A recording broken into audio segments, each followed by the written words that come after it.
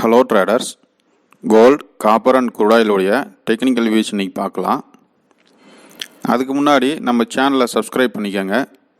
Bell ஐக்கானையும் press பண்ணி வச்சுருந்தீங்கன்னா நாங்கள் கொடுக்கக்கூடிய ஸ்கிரிப்ட்ஸ் அனலைசிஸ் உங்களுக்கு உடனே கிடைக்கும். அது நீங்கள் எடுக்கக்கூடிய ட்ரேடுக்கும் சப்போர்ட்டிவாக இருக்கும். அதை யூஸ் பண்ணிக்கலாம். நீங்கள் அப்படி ட்ரேடு எடுக்கும்போது ஏதாவது சந்தேகம் இருந்தால் எங்களை காண்டாக்ட் பண்ணுங்கள். அதுக்கு எங்களால் முடிஞ்ச டெக்னிக்கல் சம்மந்தமான சொல்யூஷன்ஸ் கொடுக்குறோம்.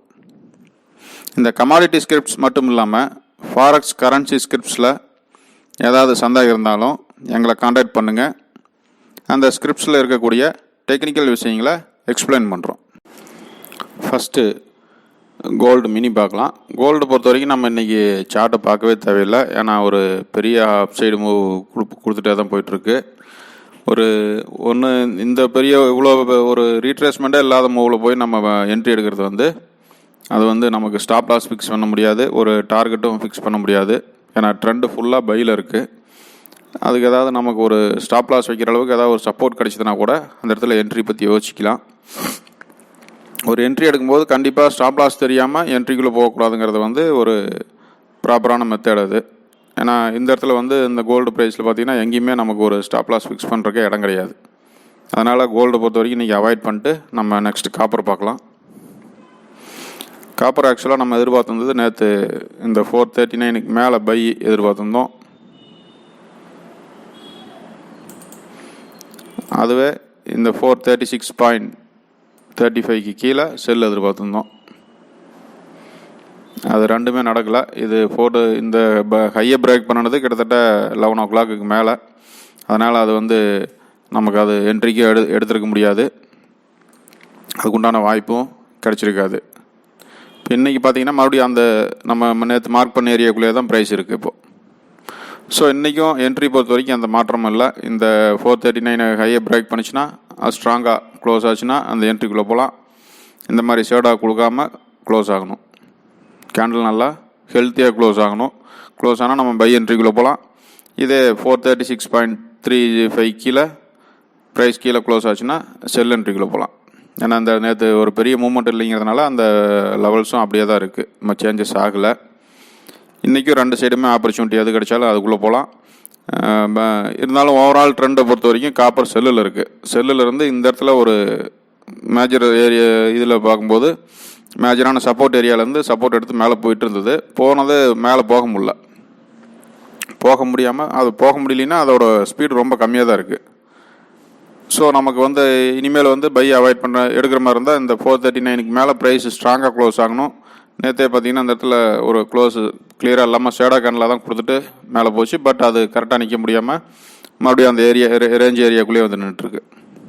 ஸோ இன்றைக்கி இருக்கிற கண்டிஷனுக்கு அதே தான். 436.35க்கு கீழே செல் போகலாம். 439க்கு மேலே நம்ம பை என்ட்ரிக்குள்ளே போகலாம்.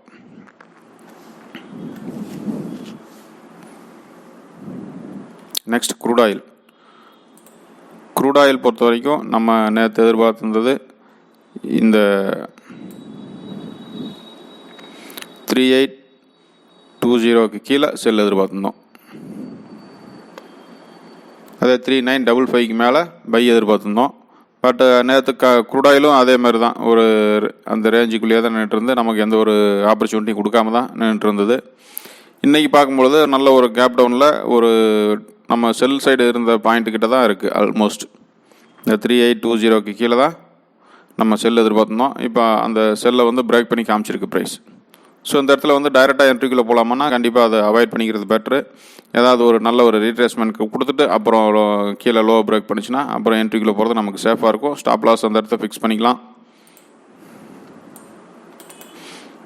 இந்த மாதிரி நல்ல ஒரு ரீட்ரேஸ்மெண்ட், அதாவது நம்ம எதிர்பார்க்கக்கூடிய ரீட்ரேஸ்மெண்ட் ஏரியா பார்த்திங்கன்னா இந்த 3865லேருந்து 3850 வரைக்கும் நம்ம அந்த ரீட்ரேஸ்மெண்ட் எதிர்பார்க்கலாம். இந்த ஏரியா வரைக்குமே அந்த ரீட்ரேஸ்மெண்ட் நமக்கு கொடுக்கணும்.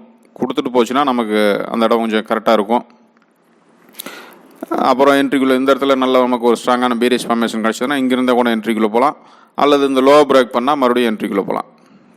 ரெண்டு இடத்துலையுமே ஆப்பர்ச்சுனிட்டி கரெக்டாக இருக்குது. ஸோ இன்றைக்கி க்ரூட் ஆயில் பை அவாய்ட் பண்ணிக்கலாம். ஏன்னா 3955க்கு மேலே தான் பை எடுக்கணும். அதனால் அது அவ்வளோ தூரம் மூவ்மெண்ட் கொடுக்குமாங்கிறது இன்றைக்கி டவுட்டு தான். ஸோ இந்த லோ பிரேக் பண்ணிச்சுன்னா அது நல்ல ஒரு ரீட்ரேஸ்மெண்ட் கொடுத்து லோ பிரேக் பண்ணால் என்ட்ரிக்குள்ளே போகலாம். இல்லாட்டி வெயிட் பண்ணி ஒரு கன்சல்டேஷன் முடிஞ்சு லோ பிரேக் பண்ணோம், அப்போ கூட என்ட்ரிக்குள்ளே போய்க்கலாம். மொத்தத்தில் இன்றைக்கி குரூட் ஆயில் வந்து பையை அவாய்ட் பண்ணிவிட்டு, பையை அவாய்ட் பண்ணுறத விட பைங்கிறது ரொம்ப தள்ளி இருக்குது. அதாவது கிட்டத்தட்ட 150 பாயிண்ட்ஸ் மேலே இருக்குது. அதனால் அதை அவாய்ட் பண்ணிக்கலாங்கிறோம். மற்றபடி பை ஆப்பர்ச்சுனிட்டி போகக்கூடாதுங்கிறதுக்கு கண்டிஷன் கிடையாது. ஏன்னா வீக் சார்ட் பொறுத்த வரைக்கும் இது வந்து ஒரு கிளியரான ஒரு ரேஞ்ச் ஏரியாக்குள்ளே இருக்குது. இப்போ இருக்கிற ப்ரைஸே பார்த்திங்கன்னா இது ரேஞ்சோட பாட்டம் தான். அதனால தான் சொல்கிறோம், ஒரு ரீட்ரேஸ்மெண்ட் முடிச்சுட்டு கீழே வந்து அந்த பாட்டம் ஏரியாவே சப்போர்ட்டிங் பிரேக் பண்ணிச்சுன்னா நம்ம என்ட்ரிக்குள்ளே போகும்போது சேஃபாக இருக்கும். இந்த 3955 வந்து பார்த்திங்கன்னா ஆல்மோஸ்ட் ரேஞ்சோட டாப் ஏரியா. இதுக்கு மேலே போகும்போது நமக்கு பை வாய்ப்பு கிடைக்கும். ஸோ இந்த ரேஞ்சுக்குள்ளே தான் நம்ம இப்போ இந்த என்ட்ரி பற்றியெல்லாம் பேசிகிட்டு இருக்கிறோம். இந்த லோ பிரேக் பண்ணும்போது நமக்கு அந்த ரேஞ்சும் பிரேக் பண்ண மாதிரி கண்டிஷன் வரும். அப்போ என்ட்ரிக்குள்ளே போகும்போது நல்ல ஒரு பெரிய டார்கெட்டை கொடுக்கறதுக்கு சான்சஸ் இருக்குது. ஸோ செல் ஆப்பர்ச்சுனிட்டிக்கு நமக்கு நியரஸ்ட்டில் இருக்கிறதுனால செல்லாக எதிர்பார்க்குறோம். பையை பொறுத்த வரைக்கும் 3955 மேலே போகும்போது தான் நமக்கு பைக்கு வாய்ப்பு கொடுக்கும். Okay, thank you.